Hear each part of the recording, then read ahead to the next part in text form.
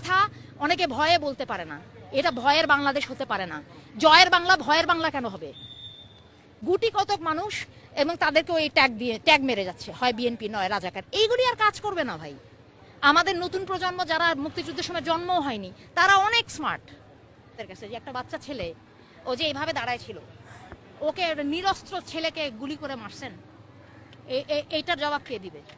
এই আমি সম্পূর্ণ সহমত। আপনি আমার পেজে যাবেন, ওখানে পরিষ্কার লেখা আছে আমি ছাত্রদের সঙ্গে। আর আপনারা যে এই যে একটা ন্যারেটিভ দিয়ে রাখছে তারা মুক্তিযুদ্ধ বনাম রাজাকার, এইটা হচ্ছে এদের পলিটিক্যাল একটা চাল।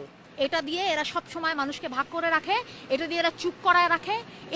এই খেলাই তারা খেলে যাচ্ছে মাসের পর মাস, বছরের পর বছর, যুগের পর যুগ। এবং এই জিনিসটাকে আপনারা হতে দেন। আপনারা মনে একটা ন্যায্য অধিকারের কথা জিজ্ঞেস করব, তখন বলে দেয় রাজাকার। এই যে কথাটা বলে, এই ব্যাস, কেউ রাজাকার তকমা চায় না। আমি তো চাই না। আমার দেশ অনেক কষ্ট করে স্বাধীন হয়, কে চায় এরা তকমা পেতে? কিন্তু এটাকে ব্যবহার করা হয়।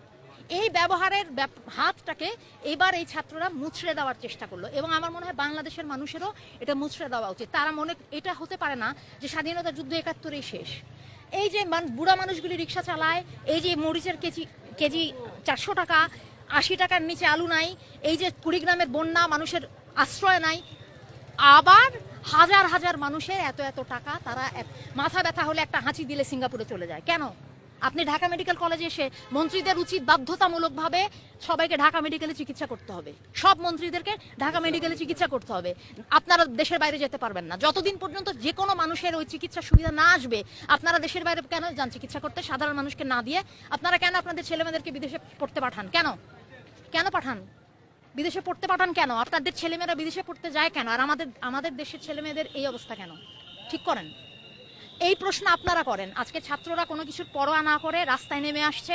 সাধারণ মানুষের উচিত এই সুযোগটা নেওয়া, তাদের উচিত এটাকে লুফে নেওয়া।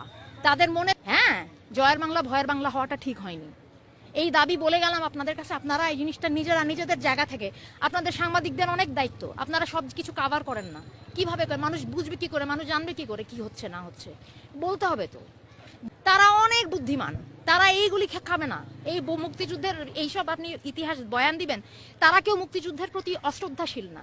কিন্তু আপনারা তাদের কথা শুনবেন না, দিনের পর দিন অন্যায় করবেন, লাঠি সোটা দিয়ে তাদের সারাক্ষণ শাসন করবেন। তারা কি চুপ করে পুতুল হয়ে বসে থাকবে? বাংলার সন্তান বসে থাকবে? এরা থাকবে না। ওরা ওদের দায়িত্ব করে ফেলতেছে, আমাদেরকে করতে হবে সেটা। এইটাই অনুরোধ, আর কিছু বলার নাই। মাঝে মধ্যে দেখেছি ৯০-এর সময় তো ছিল, আমরা তখন আরো ছোট ছিলাম, কিন্তু ছিল তো। কোনো কিছু পুরানো রেফারেন্স, এটা ৯০-এর মতো না, এটা ২০২৪। কোনো আন্দোলনকে আগের রেফারেন্স দেওয়ার দরকার নাই। এই মুহূর্তে মাটির ভিতর থেকে যেই আন্দোলন উঠে আসছে সেটার কথা শুনেন। আপনি কথা কেন আমাকে এই ধরনের প্রশ্ন করতেছেন যেটার উত্তর আপনার জানা? এটা আপনারও সময় নষ্ট, আমারও সময় নষ্ট। অবশ্যই এটা গণতান্ত্রিক রাষ্ট্র পরিস্থিতি না, সেই জন্যই তো এই অবস্থা। লাঠিসোঁটা নিয়ে একটা সবচেয়ে বড় প্রশ্ন আপনাদের, বাংলাদেশের মানুষ, আর কিছু বলবো না।